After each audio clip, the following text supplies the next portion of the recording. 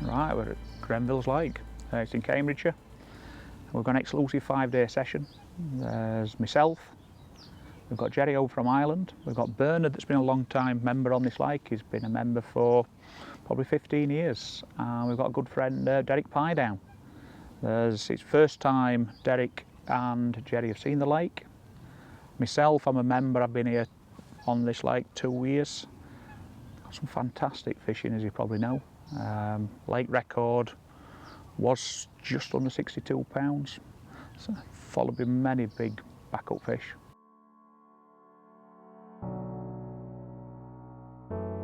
We didn't know what to expect this week. We've followed the members on. There's a lot of bait gone in. It's had a lot of pressure for the last couple of weeks, really. There's not been a lot caught. There's been some really nice fish caught, but for the amount of anglers it's been on, been very few fish. So we're a little not knowing what to expect, really. While we've been here, most of the fish have been showing at range. It's been a cold northeasterly wind. We've had wind, cold nights, we've had heavy rain today. We had one day the sun came out and probably 20 degrees, so we've had pretty much everything. Not ideal fishing conditions, but it's been a fantastic week.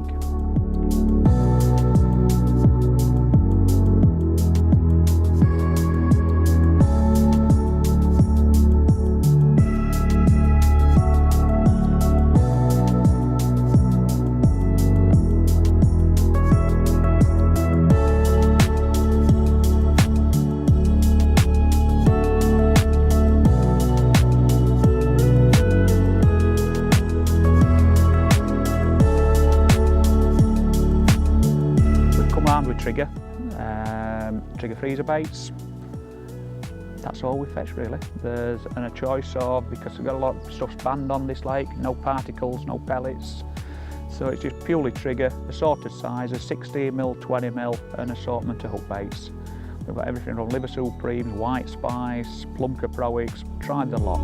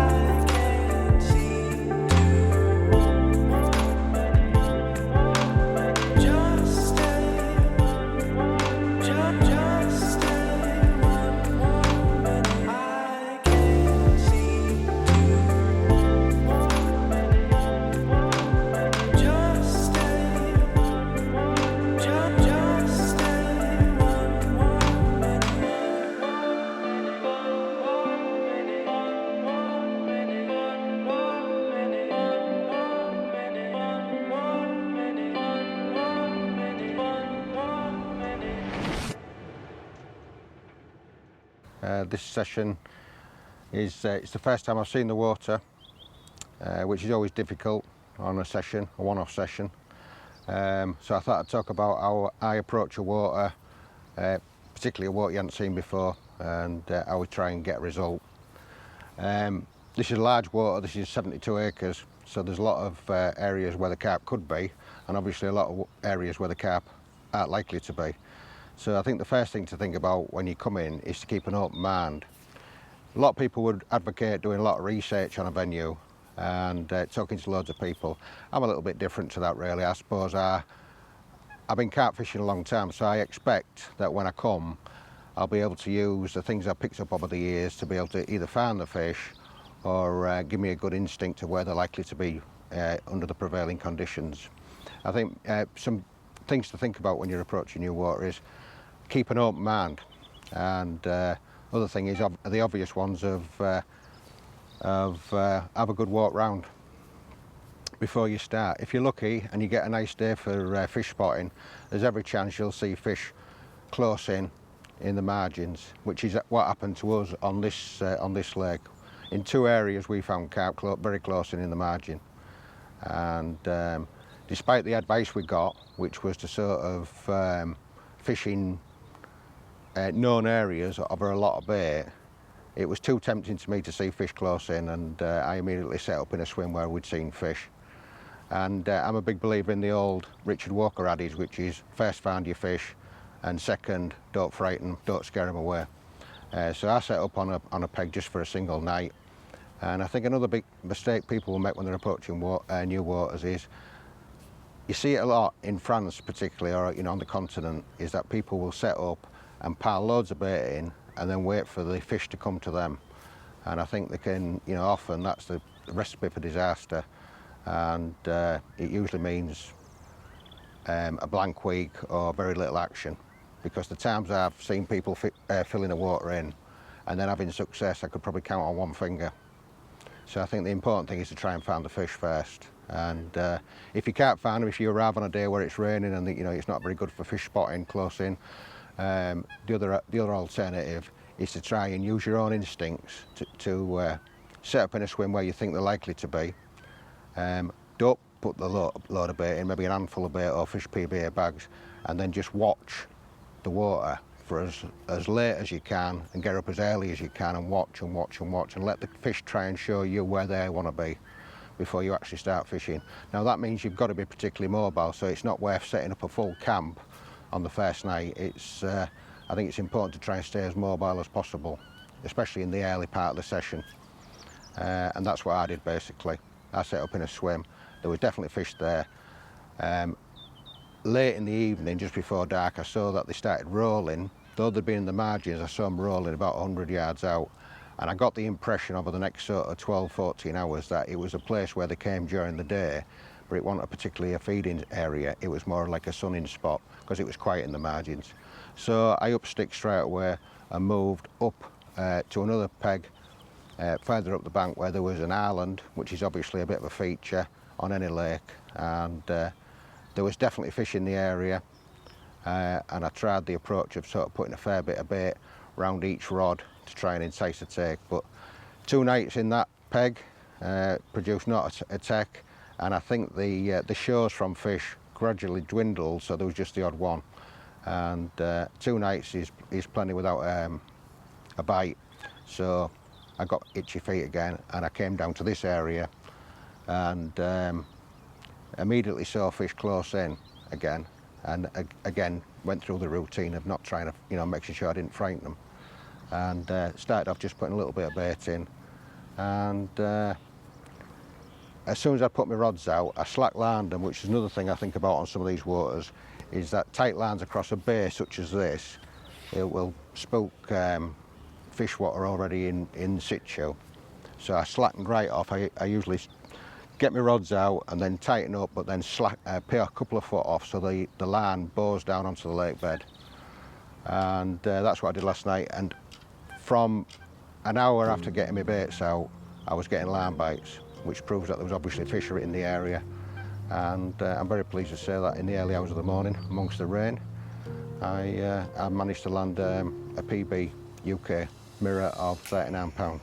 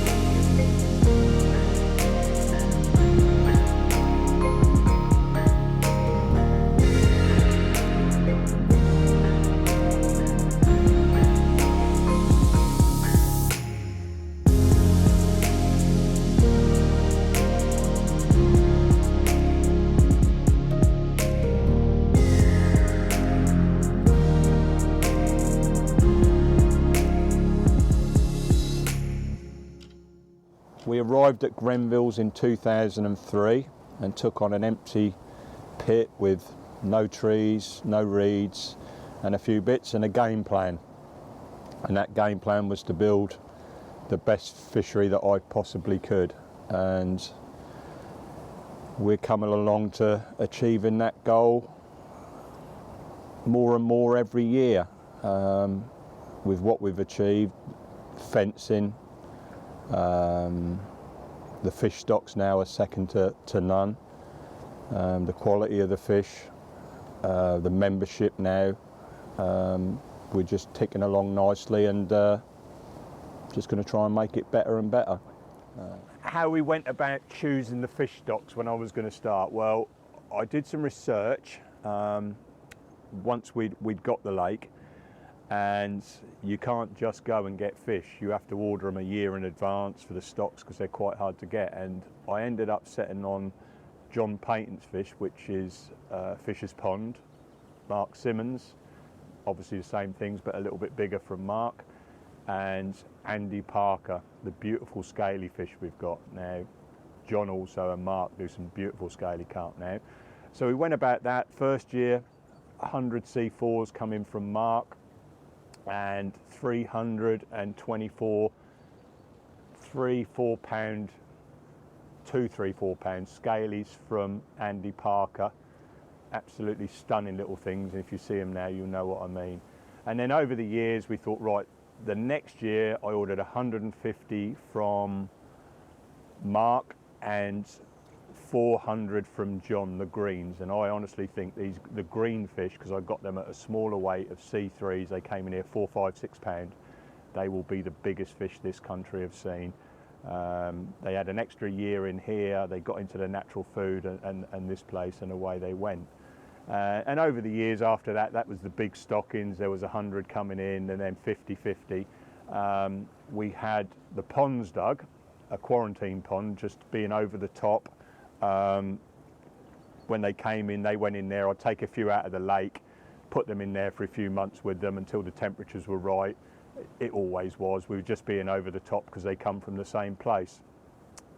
My daughter went to Fishery College, learned some bits and bobs over a few years, and she said, Dad, we need to get some of the spawn and put it in there, because whatever happens in the lake, they spawn, they hatch, they do their bit, but they don't survive, which is brilliant for us. Otherwise we'd have millions and millions of carp swimming around in here, which we don't want. So we got some weed, put it in the ponds. A few months later, sure as anything, I was cleaning one out one day, a bit of weed, looked down on the floor, little tiny baby inch carps floating about, you know, in the grass. So we threw it all back in, and from there they've been grown on over the years, hand-picked. We built some cages, put them in the lake for the oxygen, and to grow them on bigger. A few years back we picked the best 142 which got stocked with pitchers, and they went in between 6 and 8 pounds. We've already got them, one of them's come out this year at 37.4, so they're doing really well. Quite a few have gone 30, so we're self-sufficient in our own fish, and those ones are really scale. They've crossed between Mark and John's fish and Andy's fish and thrown up a strain for us, which are absolutely stunning. You can see them on the Facebook page, or you know, some on the website as well. But that's where we are at fish stocks now. We're completely self-sufficient. The few we need every year, we just little tiny stock in every year just to keep it ticking over. So, you know, as the fish do their thing, their cycle in life, and they die or whatever happens to them, we've always got those few new young blood ones coming through to top up the stocks. Swimming around in Grenvilles at the moment, we've got about 1,800 carp. People ask me, because we've got records of everything.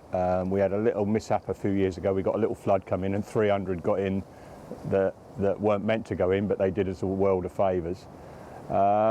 We've probably at the moment, well, we know now when this comes out, there's 260s in here. I think there's possibly 3, maybe 4. 50s somewhere between 12 and 18, I would have thought. 40s over 100 now. 30s, hundreds, and the 20s, and a few babies coming up, which are all late doubles to high 20s now. You know, that's our stock.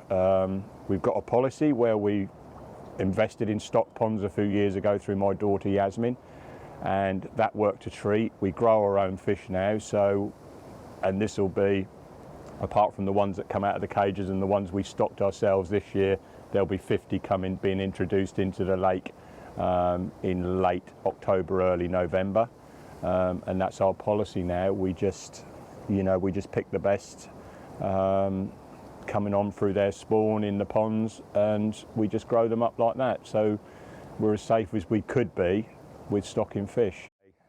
My days are made up of working down here, and I don't fish, I don't do any of that anymore. My kicks are when one of these big fish get caught, and we record everything from 30 up to whatever they go now, and it is 64.8 now. Friend Bernard was round here yesterday morning, mid-morning, fish of a lifetime. That will all come out in this video in a little while. That fish was stocked in January 2005 at about 4 to 5 pound. The colour codes are just years that these fish were stocked.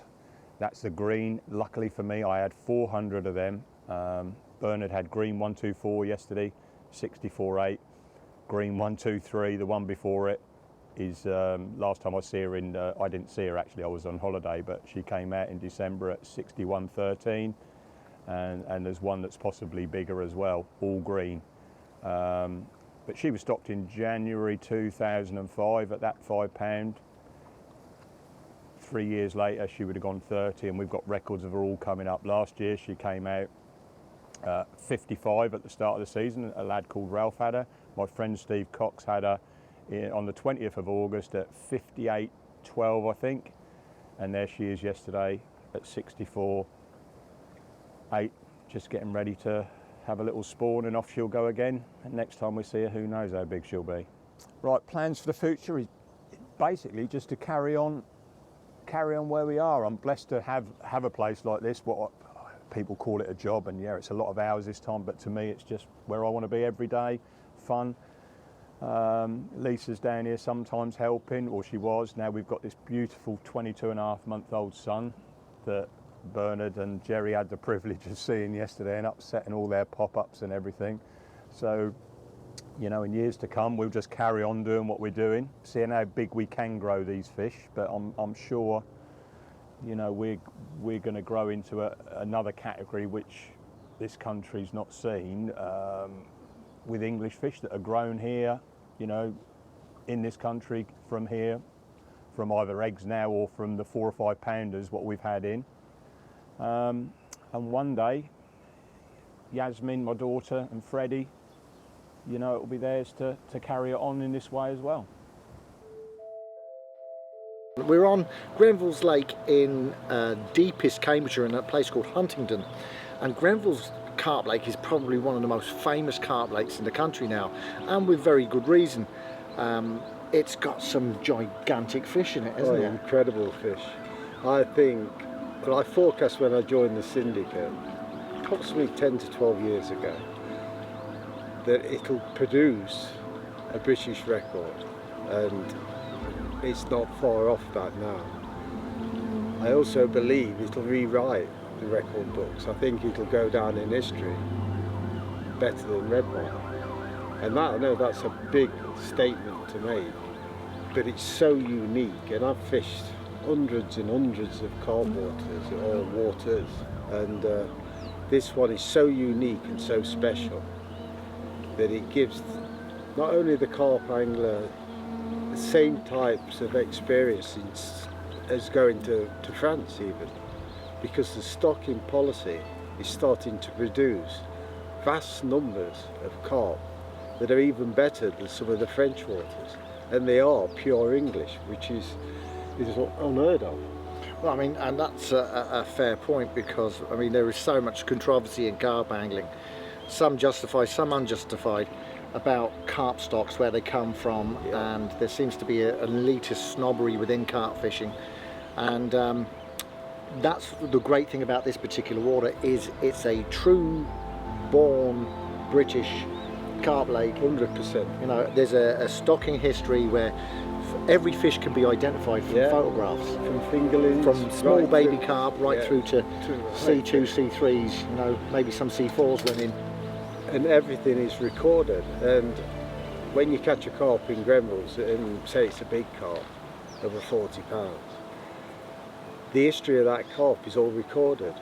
There's even graphs on growth rates. It's unique.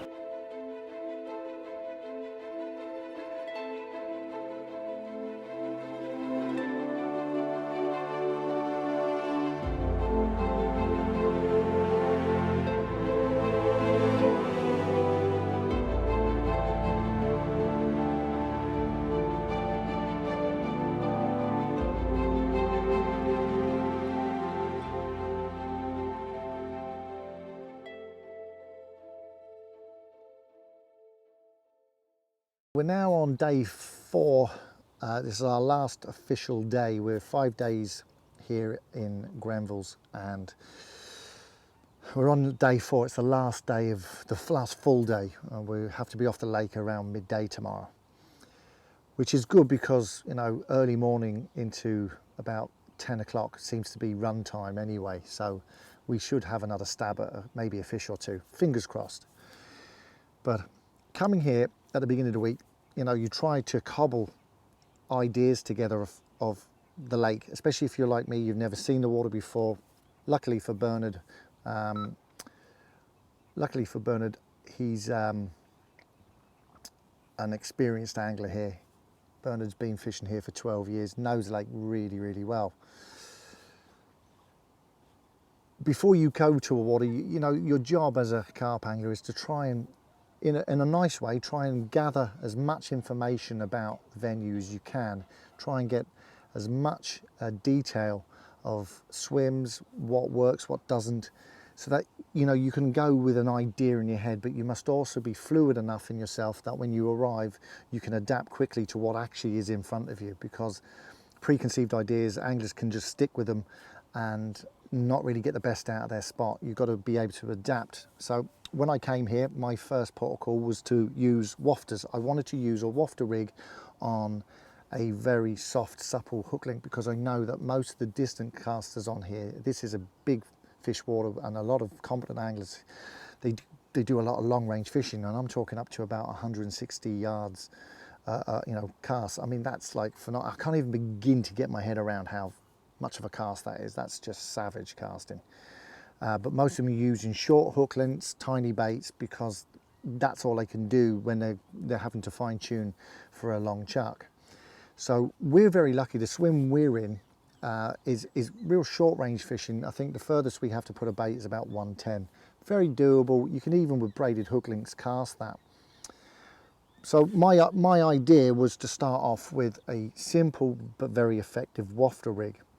Fished on a basic German rig. It's so simple, and it catches a lot of fish. That was my first port of call. I put that on 2 rods, and on my 3rd rod I put a very, very low sitting pop-up. It's designed to kind of fish. It's a multi-rig, and it's a really, really simple rig, but I've literally put the actual lead shot, which is a weight there, right up to the tubing, so it actually sits very balanced on top of the weed, if there is any. And it kind of emulates a Ronnie rig, and in fairness, it's as good as any Ronnie rig. Ronnie rigs are banned on here, so this is why I sort of went to this multi-rig, a rig I'm very fond of, and it's caught me a lot of fish over the years. And I set it up like that, so it would sit down on top of any weed that's out there. Now, on the first morning, I managed to get first off the blocks with a 30-pound fish. I think it was 30-pound on a nose. And in hindsight, I think that was more accident rather than design, because what we noticed, Bernard picked up on it straight away, was that the amount of silkweed that was wrapped around the lead, the hook link, and the hook itself in the fish's mouth. And after that, we started to try and analyse how deep that silkweed is out there, and it's pretty much all over the bottom of our swim. And it's sitting up about probably about 2.5 inches off the bottom. So we decided that we needed to adapt our rigs accordingly. So Bernard had a good think about it. I went straight away for the very simple, it's the stiff hinge rig of a type. It's just got an adaptation, and that, instead of using a mono boom, I've gone for a sort of a semi-stiff coated braid. I just think it sits over weed a bit better. But I went for quite a low sitting one, but Bernard went for a much higher sitting one. It came up about 3 inches off the bottom, and in fact I have one here, and this one was sitting a good 2.5 inches off the bottom on top of that silkweed. Now Bernard was next off the blocks with a fish, and he managed to hook the first carp in the morning, and that was a 35-pound common. The one thing that stood out the minute it hit the net, because we were meant to try and unhook the fish in the net, and the first thing that I noticed when I went in to try and get the hook out was I couldn't get it out. It was so deeply hooked back in the throat on his rig. It was so effective that I said, you know, this is the way forward. I need to increase my length. We need that pop-up to be sitting proud of that silkweed so the fish can see it. So we moved over to these rigs here. Because I don't have a big cast, I've stuck with using a braided boom section, a soft braid. It's not too soft, but it's still soft enough. And then I've got about a good 2.5 inch hook link part there. Bernard's opted to go for a much heavier boom and a much stiffer boom. And he's using a tungsten impregnated boom, and it seems to be working really well for him.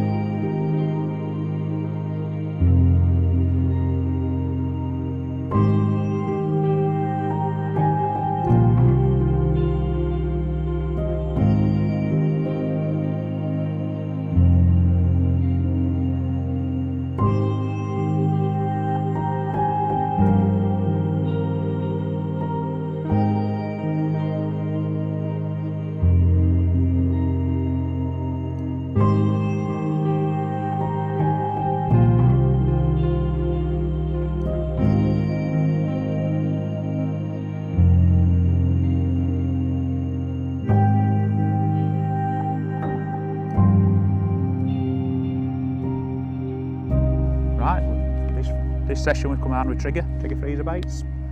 We're a good head of fish in here. We've all fetched about 25 kilos of bait. And we've got a mixture of 16mm and 20mm freezer baits, straight out of the freezer at Nutrabaits. What we've been doing is swapping them over from freezer bags into air dry bags, purely so we can get them out at range with throwing sticks, so they're not splitting, etc. We are fishing fairly extreme range here to get over the weed. We're casting 120, 130 yards. We're able to wade out into margins with chest waders to get throwing stick out there, spomming baits out, etc.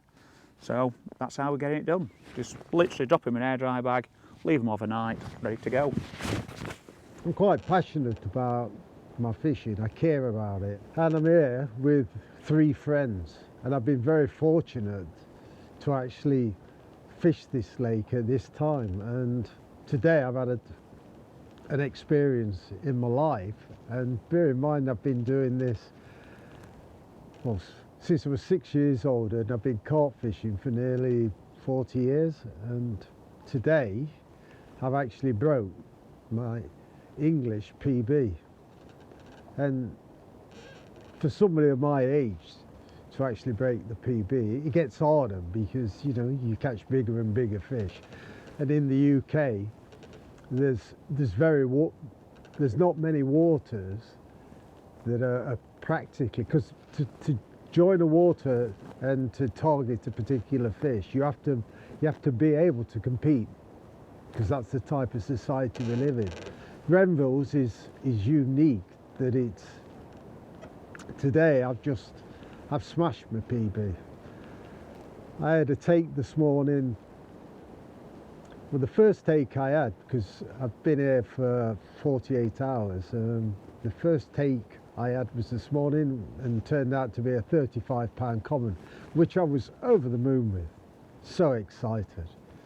But the second take I had, I knew it was a big fish. It was so obvious, I couldn't do anything with it. It was heavy. At one point, even in the beginning of the fight, I thought it had weeded me, and I realised that it couldn't have, because I knew where I'd caught it, and it took a bit of line, but it hadn't gone anywhere where there was sufficient weeds. And eventually I started it moving, but it was so heavy, and the rod's bent double. And I tend to, especially on waters that are weedy, I don't give line at range. I rely on the rod and the line to take the cushioning effect. So eventually I get getting it close in, and the excitement, then I realised this is really something special. And I'm not bullshitting you, this thing felt like a sack of cement that's fighting back. It was just dead heavy, and that fish wanted to go wherever it wanted to go, and I couldn't do that much about it. I was holding, I was bending, and it kited to the right, and the rod tip's bent, and I'm trying to lead it like I've done thousands of times with big carp, trying to lead it back. And then I heard it twig my friend's lines, and I'm thinking, oh no. And in my mind I'm thinking, if I lose this fish, I've lost something really special. And good friend Jerry lifted his lines and managed to get it from underneath, and then all of a sudden he said to me, this is big. And I said, I know. And my knees were knocking. At my time of life, to have your knees knocking, it's quite a good feeling. So all of a sudden this fish came up, and my heart was beating like mad. And to get that is so good. That's why I can't fish. And then when it went in the net, the excitement, the relief, the emotion, that's why I do it.